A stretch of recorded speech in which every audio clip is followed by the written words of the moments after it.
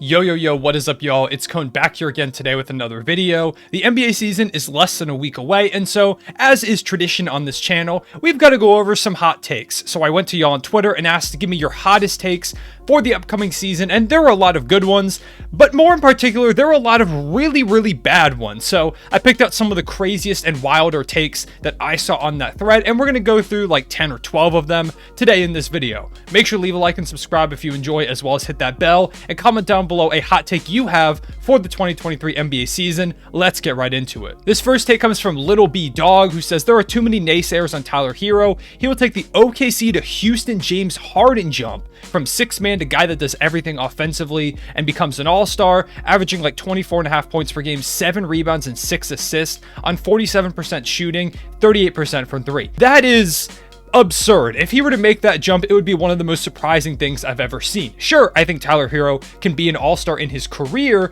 but to say he's going to make a jump from, six man of the year to James Harden, which, by the way, Houston James Harden, one of the greatest scoring peaks we've seen in NBA history. He's just not this all-star level guy. He was an all-NBA guy almost every single year. He was an MVP candidate most years. He won an MVP award. To say he makes that jump, it's not just like saying, oh, he's going to get better, he's going to be most improved or anything. This is saying that he's going to become an MVP caliber player, because if he's putting up 24.5 points per game, 7 rebounds and 6 assists on that Heat team alongside Jimmy Butler, Bam Adebayo, maybe a bounce back year from Kyle Lowry, they're going to be a top 1 seed probably in the Eastern Conference. If Hero's putting up Harden numbers, 7 rebounds is also kind of absurd. That's ridiculous. But if he's putting up those numbers, he's probably not just going to be an all-star, he's going to be an MVP candidate, and there is no way I see that happening. I could see him improving. I think he will get better this season, but to say he reaches Houston James Harden levels offensively is just kind of insane in my opinion. This next take comes from Inhuman, who says that the Warriors are going to win 70+ games if they're fully healthy. This, once again, is a take I just cannot get behind. Sure, they're going to be really good. I think that they have a chance to repeat. They could be the best team out west in the regular season as well. Yeah, I could see them winning maybe 60 games, but the NBA is completely stacked, and there's a reason only 2 teams have ever done it, and that was the Bulls, who won 72 games, and the Warriors back in 2016, who won 73, and it's really easy to compare those 73 win Warriors to this team. Back on that team, they of course had Steph Curry, who they still have now, but back then Steph was a unanimous MVP. He's not on that level anymore. Klay Thompson was far better than he is now. Draymond Green was better. They had a really solid supporting cast too, and while they've got, Andrew Wiggins, who's really good, and Jordan Poole, it's not the same. It takes a very special season to win 70 or more games. This does not feel like one of those seasons to me. Once again, they'll be very good, but I think to say they win 70 or more games is just kind of insane. But if the Warriors somehow found a way to go out and win 70 games after teammates are fighting in practice, it would be kind of impressive. This next take comes from Warren Mayhem, who seems to be a Nuggets fan, and they say that the Nuggets need to trade Michael Porter Jr. as soon as he plays enough games to make some team forget that he's had 3 back surgeries, and the Nuggets can get something back approximating fair value. Michael Porter Jr. is an interesting case. They gave him a max contract, and there are a lot of worries for me in terms of his health.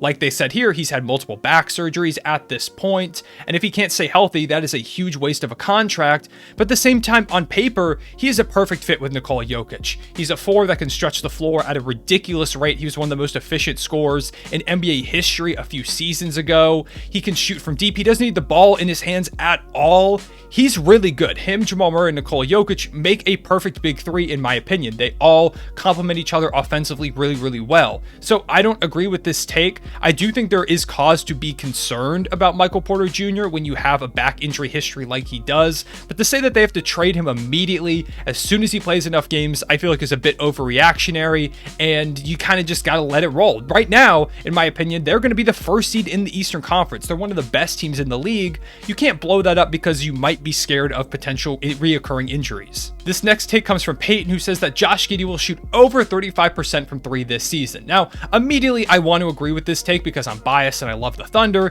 but there's no way this is happening. Giddey shot under 30% from 3 this past season, and while I do believe there is a lot of room for improvement that he's going to find this upcoming year, he's not going to shoot 36%. That's like really high level shooting for a guy who shot, I think, like 28% last year, like might have even been lower than that. He was really rough from 3-point range. And while I do think he's going to be a lot better this season, he's shown a ton of flashes in the preseason of getting better on that end. He's working with Chip England, our new shooting coach, who's one of the best in the world.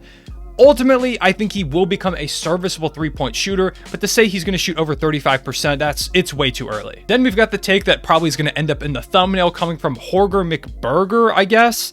Scotty Barnes is going to regress heavily and average less than 10 points per game on bad efficiency. Raptors fans are going to start to turn on him, and people realize how grossly undeserved his Rookie of the Year was, and he's out of the league by 2025. Now, I immediately want to say, I don't know what Scotty Barnes did to this Twitter user or their family. I don't know. He must have wronged him in some way, because this is a very aggressive take towards Scotty Barnes. To say that he's going to average less than 10 points per game, regress heavily, everyone's going to turn on him, and a guy who just won Rookie of the Year in one of the most stacked draft classes in a long time is going to be out of the league in 2-3 seasons. That is insane completely. And there were people ratioing him in the comments. I want to talk about how insane this would be. The fact that Scotty Barnes, he was just a hot, and even outside of scoring, he could ultimately for his career be a pretty inefficient scorer. I wouldn't be surprised if he never really becomes that highly efficient guy.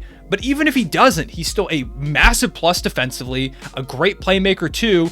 He does a rebounder. He kind of just fits as the Swiss Army knife type guy. Even if he never becomes the go-to offensive player, his value is in so many different places. So regardless of if he becomes this highly inefficient scorer like this person thinks he could become, he still has so much value on other aspects of the game. So I don't know where this came from. I don't know why this person hates Scotty Barnes. Also, to say that he grossly undeserved his Rookie of the Year is just objectively wrong. So I don't know what happened with this one, but there you go. Next up, we've got a take from Jermaine, who says that Russell Westbrook will win the MVP award. I love Russell Westbrook. If you've watched this channel, you know I'm a Thunder fan. Russ is my favorite player of all time. This is an insane take. There is no way it happens, especially because if the Lakers were to come around somehow, and we'll talk a bit about the Lakers more in a second, but if they were somehow to come around and become a contender, it's not going to be Russ that wins that MVP. It's going to be LeBron James. It's going to be Anthony Davis, one of those two. It's not going to go to Russ, because I fully expect Russ to kind of take a step back this year and play more in the background. Let LeBron James and Anthony Davis do a bit more. You know, when he's on the court with, say, a bench unit, then he can take over a little bit. But I think he's going to step back a little bit, which is probably what they need him to do. Be a solid shooter, be a good defender. As much as I would love somehow for Russ to come out and win an MVP award, it is not going to happen. There's no way. Speaking of the Lakers, Zabine LTS says that the Lakers are going to win the championship. I've seen this in a couple of places. It was commented multiple times under this tweet. I don't know how they would do that. LeBron James, a lot of respect for him, one of my favorite players of all time. AD, I think, could have a huge bounce back year. And if the two of them both have really good seasons, Russ kind of buys in, Patrick Beverley looks good, I think they could be a playoff team, but I don't see any avenue with the core that they have right now to them becoming a championship team. They don't have enough shooting. They don't have enough defenders. They're nowhere near as deep as, like, you look at a team like the Clippers, who have probably 12 to 13 NBA caliber guys on their roster. The Lakers just don't have that depth. And sure, they've got LeBron James and AD, who are both very, very good, and maybe Russ can bounce back. But the Clippers also have Kawhi Leonard and Paul George. You look at the Nuggets, who have a big three of Nikola Jokic, Jamal Murray, Michael Porter Jr., a bunch of great role players too. The Golden State Warriors, who just won it all. They've got Steph Curry, a great core that both defends and shoots. The Lakers just aren't talented enough right now. They are far too top heavy. They have to make some acquisitions. I think if they made some solid trades, they could, push for a playoff spot, or if they make a perfect trade, sure, maybe they bounce back in a big way. But as currently constructed, I think they're a play-in team at best at the moment, and I don't have them making the playoffs. Now we've got a take from Logo AP, who says that Damian Lillard will be traded mid-season and the Blazers will begin their rebuild. I don't believe Dame can be traded till around the trade deadline. If I'm wrong, correct me on that. But I don't hate this one as much. I don't think they do it because they just spent all of this time this past offseason, and all the trades they made last year were to set this season up, get Dame some help and see what they can do.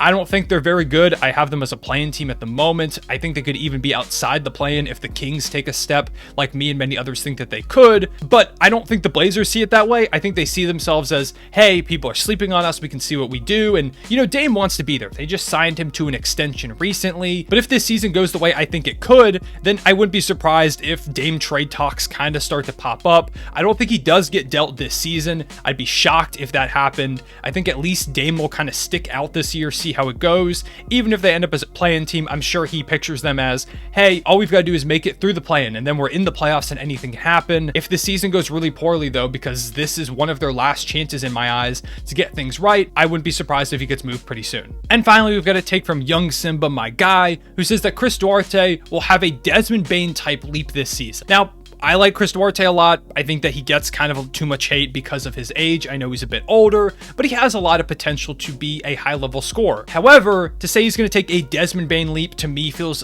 pretty far-fetched. Desmond Bane doubled his scoring average from last season to this past year. He's one of the most efficient scorers in the league. He's shown a ton of defensive prowess too. I just don't ever see Chris Duarte getting to that level, in my opinion.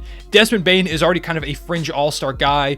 Chris Duarte isn't quite going to get there. Once again, I think he can be really good, but I don't see him doubling his scoring average, becoming, the second or third best player on a high-level team like the Grizzlies were last year. I like him as a fit alongside Benedict Mathurin, Tyrese Halliburton. I think eventually the Pacers will trade Buddy Hield, and he will kind of take that starting 3 spot, but for the start of the year, he's going to come off the bench, most likely, so that also takes away from that too. I like Duarte, but him taking a Desmond Bane type leap might be a little bit crazy, but these are the hottest takes. Those are all the takes I have for y'all today. Let me know which take was your favorite, which one was the absolute hottest and craziest in your opinion, and once again, like I said at the beginning of the video, drop one of your hot takes in the comment section below. I'll react to as many as I can. I appreciate y'all watching. Make sure to leave a like and subscribe if you enjoyed and hit that bell. I will see you all later. Real one, say it back.